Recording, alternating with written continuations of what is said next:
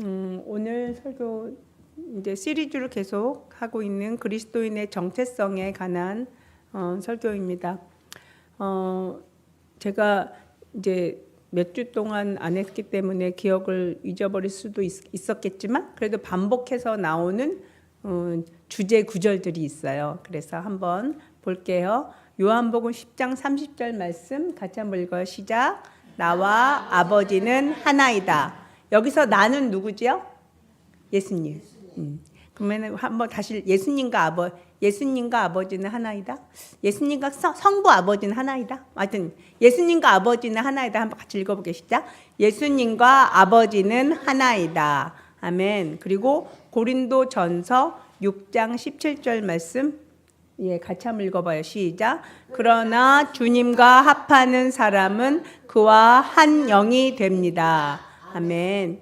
그러므로 예수 그리스도와 합하는 사람이 누구죠? 우리 그리스도인들, 우리. 그러면은 예수 그리스도와 합하는 우리는 누구와 한 영이 돼요? 예수님과 하나님과 우리는 한 영이 됩니다. 이게 정체성의 가장 중요한 베이스예요. 그래서 우리는 나와 하나님은 한 영이다. 근데 한 영이다를 위에 요한복음 10장 30절의 고백으로 얘기하면 하나이다. 나와 하나님은 하나이다. 예수님이 고백한 것처럼 우리도 그렇게 고백할 수 있는 거예요. 나와 우리 하나님 아버지는 하나이다.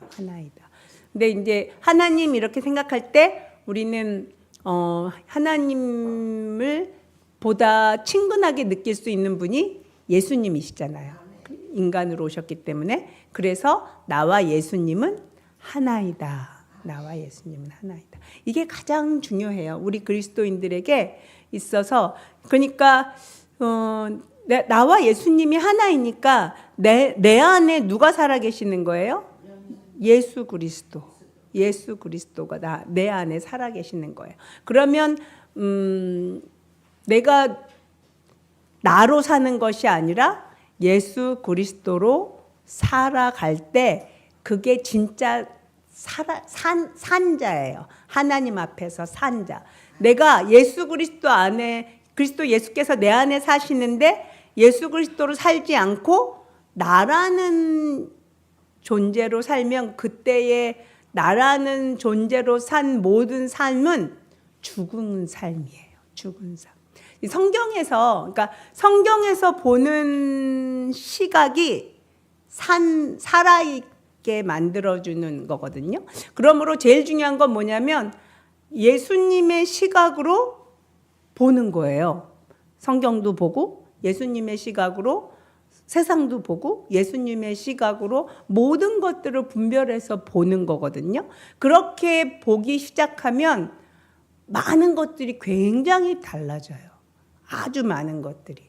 좀 심각하게 표현하면 다른 차원의 삶도 살 수 있어요.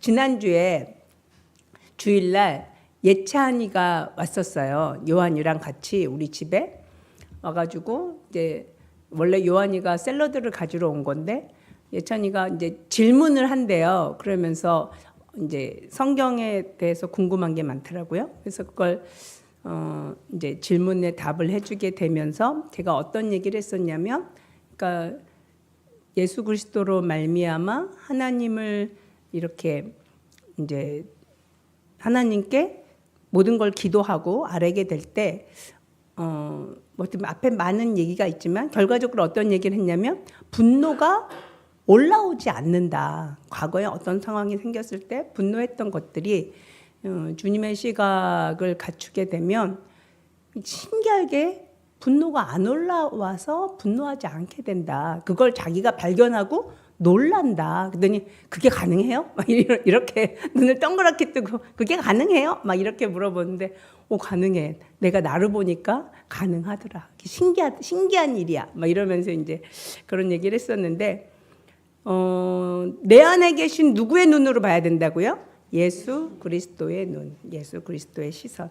그러니까 우리가 성경을 읽는데 이 성경을 읽는 걸 통해서 누구를 알게 돼요?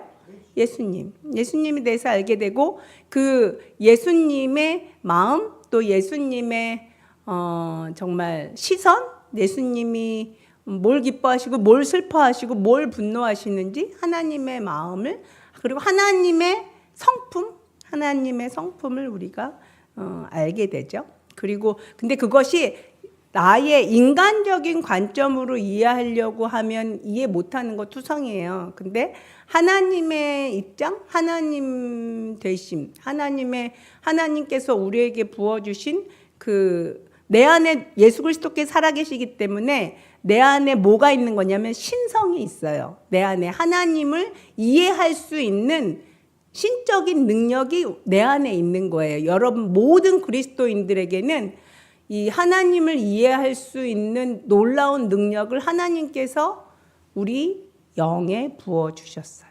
그러므로 말미암아 그 능력으로 말미암아 우리가 하나님과 교제하는 자가 됐잖아요. 그리고 하나님을 깊이 사귈 수 있는 자가 된 거거든요.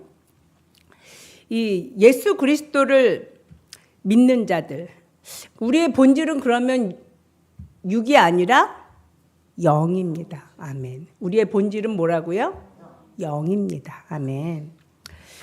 우리가 영원한 삶, 우리의 영이 영원한데 우리의 영이 영원하다는 삶의 관점에서 보면 우리 육신 길게 살면 120년 정도 살 텐데 130년도 살랬나. 조 목사님은 저보고 130년 살 거라는데 요새 10년 늘려주셨어요. 120년 살아도 괜찮습니다. 예. 근데 120년 사는 이 육신의 삶 동안에 긴 것 같지만 영원의 삶에서 보면 이 육신의 삶 120년은 잠시이죠. 잠시고 소풍 같은 삶이에요. 잠시 동안에. 근데 이런 잠시 동안에 나와 있는 이 삶 동안에 우리는 하나님을 깊이 알기 위해서 성경을 읽어요. 이 영의 사고방식을 그러니까 성경을 통해서 영의 사고방식을 배우는 거예요. 하나님이 영이시잖아요. 그러니까 하나님을 이해한다는 건 하나님의 사고방식, 하나님의 이렇게 표현하면 그렇지만 생각 체계, 어떤 구조 체계, 그 틀을 우리가 배우는 거거든요. 성경을 통해서. 내 영은 예수님을 믿고 나서 거듭났죠. 완전히 새로 태어났죠. 새로 태어났는데 지난번에 우리가 영혼 몸 배우면서 영은 완벽하다, 완벽하지 않다. 완벽하다. 내 영은 근데 영의 세계는 시간과 공간과 중력이 존재하나요? 존재하지 않아요. 우리가 잘 아는 것처럼 예수님께서 벽도 뚫고 오셨잖아요. 부활하신 예수님이. 그거 생각하면 굉장히 신나지 않나요? 그러니까 내 영은, 그러니까 내 육체가 있어서 내가 정말 경험하지 못해서 완전히 알지 못하지만 내 영은 다 알 거예요. 왜냐하면 영이니까. 내 영은 이 하나님께서 시간에 구애받지 않으시는 것처럼 내 영도 시간에 구애받지 않을 거예요. 모든 걸 다 알고 있을 거예요. 그러면 영이 내 혼과 몸을 지배하도록 허락해주면 우리가 또 그렇게 사고방식을 갖추면 갖출수록 좀 더 지금보다 영적인 삶을 살 수 있으리라고 기대를 해요. 저는 예수님이 부활 후에 벽을 뚫고 제자들에게 나타나신 장면이 요한복음 20장 19절이거든요. 찾아서 읽진 않을게요.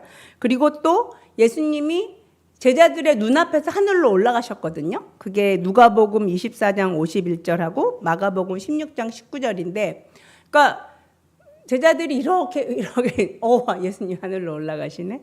그리고 문을 다 닫고 있는데 예수님께서 들어오셔서 말씀하시고, 자, 그런 예수님과 우리가 어떻게 됐다고요? 하나가 되었어요. 그런 분이에요. 그러니까 예수님이 하실 수 있으면 우리도 할 수 있다. 우리는 아직 해본 적은 없는데 그게 기본 전제 조건이긴 해요. 제가 가장 도전받는 말씀이 뭐라고 전에 한번 얘기했었냐면, 혹시 기억하실지 모르겠지만 나보다 더 큰 걸 하리라고 하신 예수님의 말씀. 너희들이 나보다 더 큰 걸 하리라. 그게 성경에 약속되어 있는 말씀이니까 우린 그거를 취하는 거죠. 아, 예수님보다. 근데 예수님이 벽도 들고 나가셨는데, 예수님이 눈앞에서 제자들 보는 상태에서 하늘도 올라가셨는데, 또 많은 병자를 치유하신 것도 그렇고, 또 많은 치유의 역사를 나타내 주신 사건들도 당연히 미라클도 많이 있었죠. 나와 하나님은 하나이다. 나와. 아멘. 그리고 그러면 하나님과 하나 된 우리 예수 그리스도를 믿는 그리스도인들의 필요는 누가 채워주세요? 하나님. 근데 이게 중요한 게 있는데 필요를 채워주시지만 욕심을 채워주시는 게 아니에요. 제가 최근에 이건 좀 다른 거긴 하지만 제가 이제 농사교육을 작년부터 쭉 받았잖아요. 농사교육을.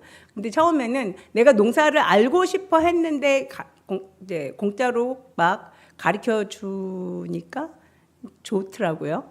어저께는 조 목사님하고 굴찾기, 포크레인, 굴찾기도 배웠어요. 제가 굴찾기를 다 해서 트럭으로 올라갔다가 트럭으로 내려오고 막 땅도 파고 막 이러는 거 해봤거든요. 그거 좀 재밌어요.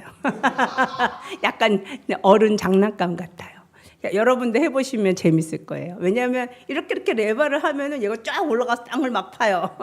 그래서 쫙 올려가지고 옆으로 빼고. 근데 그걸 공짜로 가르쳐 줄 뿐만 아니라 책도 주고 밥도 주더라고요. 그래서 김포 시민이면 누구든지 신청할 수 있어요. 근데 처음에는 이렇게 해주는 것들이 농사에 대해서 정부에서 가르쳐 주는 것들이 그냥 좋았는데 이제 교육을 받아보면서 알았어요. 왜 그러는지. 왜 그러냐면 국가는 정부는 대한민국의 모든 국민을 식량이 떨어지지 않도록 먹여 살릴 의무가 있어요. 그래서 그 식량을 생산하는 농어민들을 지원해서 식량을 잘 생산하게 하려고. 그래서 근데 농어민 인구가 자꾸 줄잖아요. 이렇게 사람들이 기피하니까 여러 가지 혜택이나 지원을 통해서 계속 식량을 생산할 수 있도록, 그리고 그 인구를 어느 정도 유지를 하려고 굉장히 많은 노력을 하는 거더라고요.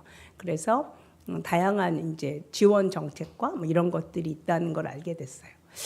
그러니까 정부에서 마치 이제 국민들의 식량을 책임지려고 하는 것처럼 또 좋은 예는 아니지만 아무튼 하나님은 우리의 필요를, 우리의 쓸 것, 먹을 것, 입을 것, 우리의 모든 필요를 다 채워 주세요. 그게 하나님께서 하나님의 자녀된 우리를 책임지시는 방법이세요. 그래서 그거를 찰떡같이 우리는 믿죠. 왜냐하면 그분과 내가 하나이기 때문에, 우리는 그분의 자녀이기 때문에. 아멘. 맨 처음에 예수 그리스도를 믿는 자들은 처음에 태어났을 땐 진짜 응애하고 태어나는 갓난아이예요. 갓난아이는 어때요? 내버려두면 죽어요. 그죠? 추위에 저 요새 병아리를 부화시켰거든요. 또 병아리도 그 일정 온도 37.5도, 37.2도 이렇게 일정 온도를 처음에 한 달 정도 이렇게, 부화기에선 당연하고 부화기는 아예 기계가 그걸 해주니까 그렇고, 나오고 나서도 따뜻한 전등에 이렇게 열전등으로 해요. 그래서 한 달 정도는 따뜻하게 키워요. 그렇지 않으면 추우면 죽어요.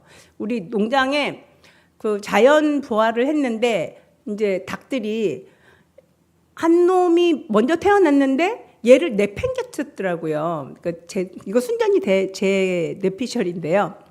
이제 오골개 2마리가 열심히 이제 해요. 다른 애들은, 청개들은 안 하더라고요. 열심히 막 병아리를 이제, 그러니까 유정란을 막 부화시키고 있는데 새로 태어난 애가 마음에 안 들었는지 얘를 내팽개쳤어요. 그래가지고 추워서 죽어가더라고요. 그래서 죽기 직전에 병아리를 요한이랑 저랑 발견을 했어요. 그래서 그걸 가지고, 근데 아직은 숨이 있더라고요. 살아 있어요. 그래서 이제 집에 와서 부화기 속에다 집어넣었어요. 부화기 안은 따뜻하니까. 그랬더니 얘가 살았어요.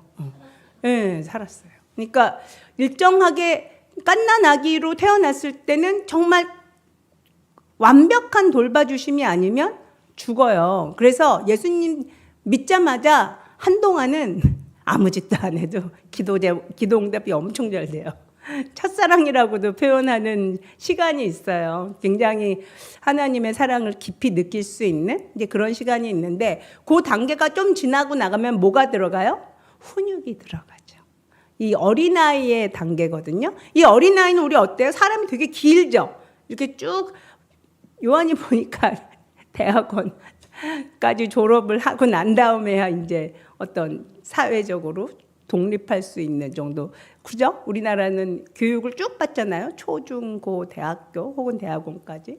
자, 그런 일종의 훈육기간이 있는 거죠. 훈육기간이 있는 건데 이 훈육기간을 대해서 히브리서 6장 1절에서 2절의 말씀을 한번 볼게요. 이게 믿음의 초석에 관련된 부분인데 같이 읽어요. 시작.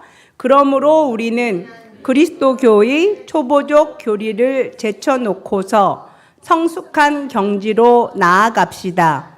죽은 행실에서 벗어나는 회개와 하나님에 대한 믿음과 세례에 관한 가르침과 안수와 죽은 사람의 부활과 영원한 심판과 관련해서 또 다시 기초를 놓는 일이 없어야 하겠습니다. 예, 오늘은 성숙한 경지는 안 들어가고요. 이 초보적인 것만 다루려고 합니다. 자, 여기 보면 여기 1절하고 2절을 계속 띄어놔 주세요. 거기서 보면 이 초보적 교리는 첫 번째 뭐라 그래요? 죽은 행실에서 벗어나는 회개. 이게 첫 번째죠. 그렇죠? 두 번째는 뭐예요? 하나님에 대한 믿음. 그다음 세 번째는 뭐예요? 세례에 대한 가르침. 네 번째는 안수. 다섯 번째는 죽은 사람의 부활. 마지막 여섯 번째는 영원한 심판. 예, 이것들이 뭐라고요? 기초다. 초보적 교리다. 이것이 초보적 교리예요. 그러니까 이것을 가르침을 받아요. 성경 말씀으로 가르침을 받고 또 목사님의 설교와 또 여러분들이 직접 하나님 앞에서 말씀을 대하면서 우리가 이것들을 배워나가요. 어떤 사람은 평생 이 초보적 교리만 끊임없이 반복해요. 혹은 이 초보적 교리도 제대로 초석을 못 세우기도 해요. 그러다가 죽을 수도 있어요. 근데 이 히브리서에서 얘기하는 건 이 교리를 초석으로 해서 더 나은 성숙한 경지로 나아가자. 지금 이렇게 얘기하고 있거든요. 하지만 이 초보적 교리가 중요해요? 중요하지 않아요? 중요해요. 이거 흔들리면 절대 안 되는 부분이에요. 그래서 아주 분명하게 누가 우리에게 혹은 1대1로 물어봐도 내가 술술 말할 수 있을 정도로 또 내 믿음의 고백이 되고 내가 이것을 거쳐서 진행되어져 가고 있음을 스스로 인지도 하고 그럴 수 있을 만큼 이 초보적 교리들을 우리가 잘 믿음으로 행하고 있는 것들이 아주 중요해요. 자, 여기 보면 첫 번째는 뭐라고요? 죽은 행실에서 벗어나는 회개다. 여러분 이 회개에 대한 설교는 아주 많이 들으셨어요. 설교를 들었기 때문에 우리가 쉽게 말할 수 있어요. 회개는 누구에게 돌아가는 거예요? 하나님께 돌아가는 거다. 회개는 하나님께 돌아가는 거다. 그러면 근데 앞에 여기서 뭐라고 표현해요? 회개를 죽은 행실에서 벗어나는. 아까 설교 서두에 제가 뭐라고 얘기를 했었냐면 하나님 앞에서 산 행실이 있고 죽은 행실이 있다. 이 죽은 행실에는 뭐가 필요한 거예요? 회개. 이 죽은 행실은 내 맘대로 하는 행실이에요? 하나님 뜻대로 하는 행실이에요? 내 맘대로 하는 행실이 죽은 행실이에요. 내 맘대로 하는 행실. 여러분 죽은 행실 하면 이게 영어로는 그러니까 dead work예요. W-O-R-K, dead work거든요. 그러니까 죽은 행위, 죽은 과업, 죽은 일, 뭐 이렇게 표현할 수 있어요. 그러니까 행실 이러면 우리는 행동하는 것만 생각하게 되는데 뭐 예를 들어서 어떤 사역을 했어. 뭐 사람들이 많이 왔어. 왜 성경에 제일 제가 무서운 말 중에 하나가 뭐라 그랬어요? 열심히 주님 일 했는데 주님께서 나는 너를 모른다 하는 거. 그런 일들이 왜 생겨요? 그 일의 동기가 누구를 위해서 한 거예요? 나를 위해서. 나의 명예, 그리고 내 뜻대로, 내가 하고 싶은 방법으로. 아무튼 그런 모든 것들이 죽은 행실에 해당하는데 그 성경에서 죽었다라는 표현했을 때 금방 떠오르는 구절이 뭐냐면 이 계시록 3장 1절 말씀이거든요. 한번 읽어볼게요. 시작. 사대 교회의 심부름꾼에게 이렇게 써 보내어라. 하나님의 7영과 7뼈를 가지신 분이 말씀하신다. 나는 내 행위를 안다. 너는 살아있다는 이름은 있으나 실상은 죽은 것이다. 예. 뭐라고 얘기해요? 살았다는 이름은 있는데 실상은 죽었다. 예수님께서 죽었다 그러면 뭐예요? 완전히 죽은 거예요. 예수님이 살아있다라고 인정하시지 않는다면 아무런 가치가 없는 거거든요.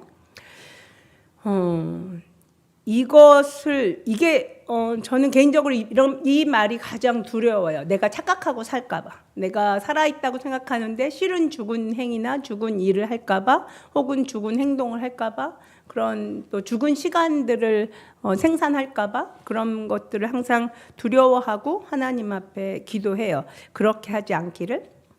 내가 하는 일들 중에 무엇이 또 내가 하는 반응들, 내가 하는 모든 것들 중에 무엇이 죽은 거에 해당하는지 주님 그것을 깨닫게 해주십시오 하는 자아성찰적인 기도가 필요해요.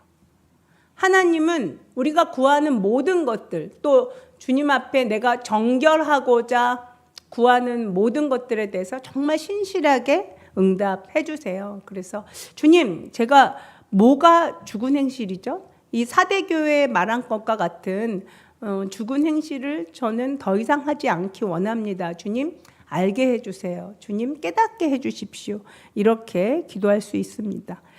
저는 제가 이제 간증책이죠. 이제 제시카 윤 목사님의 그 책 시리즈가 4권이 있는데 그 중에 첫 번째 책 중에 이제 그런 이분이 이렇게 뭐 저서를 쓰고 유튜브 활동을 하게 된 계기를 얘기하는 초반부에 간증이 있는데 거기에 보면 이분은 구세군 목사님이시거든요.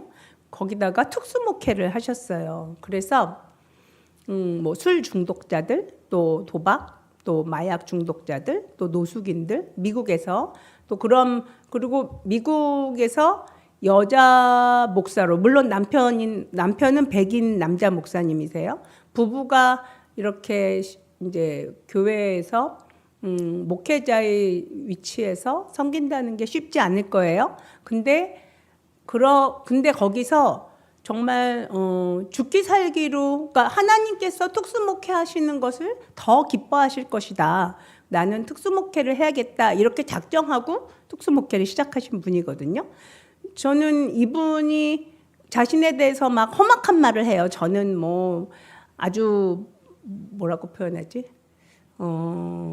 날라리 목사다. 한마디로 그렇게 표현해요. 나는 날라리 목사였고 정말 이분이 그 하나님 앞에서 이렇게 벼락을 칠 만큼 깜짝 놀랐던 일이 뭐냐면 이분이 주로 하는 많은 일들이 구제 물품 같은 걸 들어온 걸 창고에다가 쌓이면 그걸 정리해서 다시 이제 그걸 받으러 오시는 이제 분들에게 나눠주는 일들을 계속 하셨거든요. 그러니까 무거운 물건도 얼마나 많이 들고 또 식량 하여튼 뭐 그런 것도 계속 나눠주고 이러니까.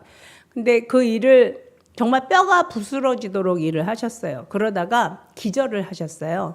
기절해가지고 이렇게 쓰러졌는데 그렇게 되면서 누워 있으면서 자신을 이렇게 돌아봤을 때 자신한테 기쁨이 하나도 없더래요. 뭐가 잘못됐구나 하는, 왜냐하면 이분이 처음에 처음에는 그렇게 시작하지 않으셨거든요. 하나님의 부르심에 기뻐함으로 그렇게 헌신하신 건데, 그래서 기도원에 들어가서 하나님 앞에 기도하는데 주님께서 뭐라고 말씀을 하셨냐면, 오늘 밤에 내가 온다면 너는 들림받지 못할 것이다, 이렇게 얘기하셨대요. 그래서 이 제시카의 목사님이 막 너무너무 말도 안 돼, 이거는 사단의 목소리다, 나같이 특수 목회를 하며 몇십 년 동안, 그때도 아마 거의 한 10년 15년 하신 것 같은데, 목회를 이렇게 죽도록 충성하며 기절할 만큼 내 자신을 위해서 한 게 아니잖아요. 남을 위해서 했잖아요. 다른 사람들을 섬기고 봉사하기 위해서 그렇게 노력한 내가 천국까지 못하면 누가 천국을 가냐, 내가 들림 받지 못하면 누가 들림을 받겠느냐, 이런 생각을 하시면서 평상시에 목회를 하셨는데, 예수님이 그렇게 말씀하신 것 때문에 이분이 정말 깜빡치게 놀란 거예요. 근데 예수님께서 이제 이분한테 깨닫게 해주신 것들이 뭐냐면, 이분이 자꾸 그러니까 구세군 거기도 약간 계급 사회인가 봐요. 계급 사회라서 더 높은 지위 같은 게 있고, 그래서 더 큰 교회, 그러니까 더 큰 교회를 심호하기 위해서 더 많이 노력하고 더 많은 구제 헌금을 걷고 또 더 많은 사람에게 이걸 이렇게 나눠주고, 그러니까 이렇게, 그리고 또 그 안에서 그런 것들을 얻기 위해서 노력하고, 이분이 그 안에서 제일 높은 위치가 감독의 위치인가 봐요. 그러니까 오히려 이제 다른 목회하시는 그 구세군 목사님들을 이렇게 뭐랄까, 뭐 지도한다 그럴까, 이제 그 지위까지 올라가신 분이에요. 그러니까 그 안에서는 되게 이렇게 서열로 높게 올라갔는데, 그렇게 한 그러한 모든 것들이 하나님이 기뻐하시는 것들이 아니었던 거예요. 근데 저는 이분이 자신을 날라리 목회자라고 목사라고 표현을 하는 것을 들을 때마다 굉장히 찔려요. 나는 이분의 발꿈치도 못 쫓아가는데, 나는 특수 목회를 하지도 않고, 난 이분이 하는 고생에 정말 10분의 1, 뭐 100분의 1도 안 하는데, 근데 이분이 마음의 중심이 그 사람들을 사랑하고 품어서 기뻐함으로 그분들을 하나님의 마음으로 보살핀 것이 아니라, 이분은 어느 순간에 일 중독이 되어져 있었어요. 그러니까 너무 일에 이렇게 파묻혀서 일 중독처럼 사시다가 아무튼 그런 순간을 맞이하셨고, 그러고 나서 그분은 다 이제 내려놓으시고 하나님께서 원하시는 곳으로 가겠습니다 하고 실제로 케냐로 가셨어요. 그러니까 그 교단에다가 이제 감독직 그만하겠습니다. 그 대신 남들이 가장 가기 싫어하는 목회지로 저를 보내주세요, 우리 부부를. 그렇게 얘기해서 케냐에 그 이제 목사로 발령이 나서 3년 정도 아무튼 있다가 다시 이제 지금 미국에 와 계시고 지금은 은퇴하셨거든요. 이제 그렇게 그런 이제 근데 그 여정의 그 삶들을 이제 쭉 책도 있고, 그 다음에 매주 이제 유튜브에 그렇게 성경 공부식으로 자신의 성경 공부 시간이 50%는 본인의 간증 같은 이야기고 50%는 성경 공부, 그래요. 근데 그런 것들을 같이 들을 수 있었어요. 어떻게 이분의 심정이 이렇게 변화되는지를 볼 수 있었는데, 그러니까 저렇게 산 분도 그렇게 예수님이 말씀을 하시네. 그러니까 정말 그 마음의 동기가 무엇인가가 가장 중요한 것 같아요. 그러니까 내가 누굴 섬기든지 아니면, 그러니까 정말 마음의 동기는 누가 알아요? 하나님만 아세요. 그리고 실은 나도 내 자신의 마음의 동기를 모를 때가 많아요. 그러니까 자신을 곰곰이 봐야 돼요. 내가 이 일을 왜 하려고 하지? 내가 이게 하나님을 기쁘시게 하려고 하나? 아니면은 내가 사람을 기쁘게 하려고 하나? 내가 아니면 나의 만족을 위해서 이것을 하려고 하나? 그러니까 정말 내 동기가 까딱 잘못하면 뭐가 돼요? 죽은 행실이 돼버려요. 정말 힘써서 노력하고 애를 써서 뭔가를 했는데 결과적으로는 아무것도 아니게 돼버린 거예요. 그렇게 살면 너무 안타깝잖아요. 그래서 죽은 행실을 뭔지, 그리고 죽은 행실을 하지 않도록, 그래서 죽은 행실을 버리고 하나님 앞에 돌아가는 거, 그게 뭐라고요? 회개. 이 죽은 행실에서 벗어나는 회개를 주님 앞에 하고, 우리가 이 기초 초석을 계속 이것을 점검해야 될 줄로 알아요. 두 번째는 뭐라 그랬죠? 다시 히브리서로 넘겨주시면, 네, 두 번째는 뭐죠? 하나님에 대한 믿음. 하나님에 대한 믿음. 하나님에 대한 믿음은 뭐예요? 기본적으로는 살아계신 하나님. 세상 사람들은 하나님이 살아있냐 죽어있냐 뭐 이런 걸로 말도 안 되는 소리를 하면서 뭐 죽었네 살았네 이러고 있지만, 우린 살아계신 하나님을 믿고, 또한 정말 영원히 우리와 함께 하실 우리의 주인이시고, 또 우리와 하나 되신 분이세요. 아멘. 그래서 예수님의 인성이 나타나시는 인성됨 출현이신 예수님, 하나님의 인성됨의 출현이신 예수님. 그 예수님의, 저는 그 예수님의 십자가 보혈 사건을 앞에다가 하나 덧붙여서 신비로운 보혈 사건이라고, 이렇게 묵상하면 묵상할수록 아주 신비스러운 사건이에요. 왜 그래요? 그분의 피로 우리가 제사함을 받았기 때문에. 굉장히 그냥 믿지만 되게 신비로운 사건이에요. 우리의 이해할 수 없는 일이에요. 하나님께서 행하신 이 일들은. 그래서 예수 그리스도의 그 십자가 보혈 때문에 우리의 영은 완전히 순결하고 완전 무결한 무결점의 완벽한 영이에요. 그게 너무너무 놀라운 사실이에요. 아멘. 아멘. 그다음에 세 번째는 뭐죠? 세례에 대한 교리, 가르침인데, 세례는 이제 세례 혹은 침례라고 얘기할 수 있는데, 이 세례에 대한 킹제임스 버전은 밥티즘이라고 표현을 해요. 그러니까 침례거든요. 이 세례라고 가르치는 이것은 물에 완전히 침수되어서 육에 속한 것이 죽고 물에서 나옴, 즉 죽음에서 벗어난 부활로 상징되어지는 예수 그리스도와 연합하는 것을 의미를 해요.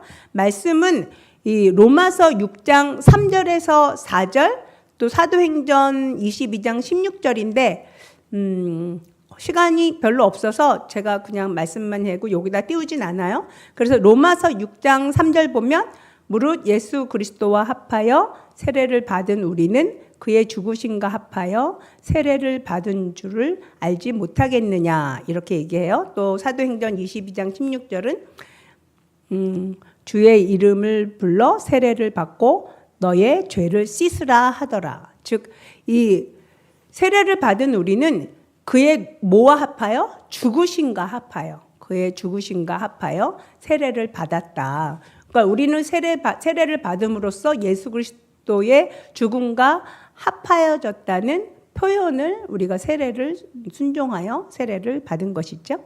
네 번째는 뭐예요? 안수에 대한 교리. 안수는 다른 사람의 머리에 머리에 주로 하죠. 손을 이렇게 얹어서 하나님의 능력이 더 강하게 나타나게 하기 위한 거거든요. 이 성경에서 안수라고 치고 찾으면 굉장히 많은 사례가 나와요. 우리가 대표적으로 디모데후서 1장 6절 한번 읽어볼게요. 시작. 이런 이유로 나는 그대를 일깨워서 그대가 나의 안수로 말미암아 그대 속에 간직하고 있는 하나님의 은사에 다시 불을 붙이게 하려고 합니다. 아멘. 예, 그 안수자를 통해서 어쨌든 하나님의 능력이 흘러가서 디모데에게 더 은사에 더 활활 타오르도록 하려고 한다. 또 사도행전 19장 6절에 이런 말씀이 있어요. 바울이 그들에게 안수함에 성령이 그들에게 임하심으로 방언도 하고 예언도 하니, 즉 안수를 하고 나서 방언과 예언이 흘러나오게 됐어요. 이러한 안수는 하나님의 능력을 이렇게 뭐 전이한다고 하는 이제 그런 방법이에요. 그리고 다섯 번째는 뭐예요? 다섯 번째는 죽은 사람의 부활. 죽음과 사망을 이기신 분이 누구시라고요? 예수님. 예수님은 부활이요 생명입니다. 그러므로 우리도 부활하지요. 예수님과 연합되어 있기 때문에 예수님과 우리는 하나이다. 예수님과 우리는 하나이다라는 이것이 입에서 술술 나오고 내 마음속에서도 이렇게 동의가 되어지고 깊이 인식을 하면 할수록 성경 말씀이 다르게 보여요. 말씀을 주님의 시각으로 볼 수 있어요. 주님께서 그렇게 안에서 일깨워 주시는 거예요. 주님의 심정, 주님의 마음, 주님의 시선, 그것들로 볼 수 있게 해주십니다. 이 예수님께 연합된 모든 사람은 부활하는데 고린도전서 15장 51절부터 58절 우리 한번 같이 읽어볼게요. 시작. 보십시오. 내가 여러분에게 비밀을 하나 말씀드리겠습니다. 우리가 다 잠들 것이 아니라 다 변화할 터인데 마지막 나팔이 울릴 때 눈 깜빡할 사이에 호련히 그렇게 될 것입니다. 나팔 소리가 나면 죽은 사람은 썩어 없어지지 않을 몸으로 살아나고 우리는 변화할 것입니다. 썩을 몸이 썩지 아니할 것을 입어야 하고 죽을 몸이 죽지 않을 것을 입어야 합니다. 썩을 이 몸이 썩지 않을 것을 입고 죽을 이 몸이 죽지 않을 것을 입을 그때 이렇게 기록한 성경 말씀이 이루어질 것입니다. 죽음을 삼키고서 승리를 얻었다. 죽음아, 너의 승리가 어디에 있느냐? 죽음아, 너의 독침이 어디에 있느냐? 죽음의 독침은 죄요. 죄의 권세는 율법입니다. 그러나 우리 주 예수 그리스도를 통하여 우리에게 승리를 주시는 하나님께 우리는 감사를 드립니다. 아멘. 그러므로 나의 사랑하는 형제자매 여러분, 굳게 서서 흔들리지 말고 주님의 일을 더욱 많이 하십시오. 여러분이 아는 대로 여러분의 수고가 주님 안에서 헛되지 않습니다. 아멘. 바로 이것이 우리가 변화될 것, 호련히 변화될 것을 분명하게 약속해 주시는 말씀이에요. 여섯 번째는 뭐라고요? 영원한 심판. 그죠? 영원한 심판. 계시록 20장 11절부터 15절 말씀이 이제 백보자 심판 이야기가 나와요. 그래서 모든 인류가 마지막 때 그 하나님의 흰 보좌 앞에서 심판을 받을 거예요. 예수님을 믿고 죄사함을 받은 자들은 구원을 받는 영생의 부활로, 예수님을 믿지 않은 자들은 지옥에 가게 되는 그런 부활이 있을 거죠. 예수님 안에서 죽은 자들은 죽어도 살아있는 자들이죠. 하나님 앞에서 모두 살아있는 자들이에요. 산 자들. 하나님께서 우리를 산자로 여기시기 때문에, 그렇지만 예수님을 모르는 자는 지금 이렇게 육신이 돌아다니고 있지만 그들은 죽은 자예요. 이 여섯 가지가 그리스도인의 초석이에요. 이것이 우리가 기초가 되는 교리이고, 이것을 우리가 가지고 있고, 또 이것이 늘 베이스고 반석이 되어져서 우리의 믿음의 기본 교리고, 또 우리가 이것을 잘 닦고 맨 앞에 그 거짓 행실, 죽은 행실, 이 죽은 행실을 우리가 경계하면서 정말 우리의 삶에 죽은 행실이 나타나지 않도록, 또 죽은 행실을 알게 해달라고. 모든 사람이 제 생각엔 죽은 행실이 있어요. 우리는 육신에 연약하고 우리의 정신도 연약하기 때문에 끊임없이 이 죽은 행실에 해당하는 것들이 있는데, 단 한 가지라도 어제보다 그 죽은 행실을 회개하고 돌이켜서 그러한 것들이 더 이상 발현되지 않기를 원합니다. 아멘.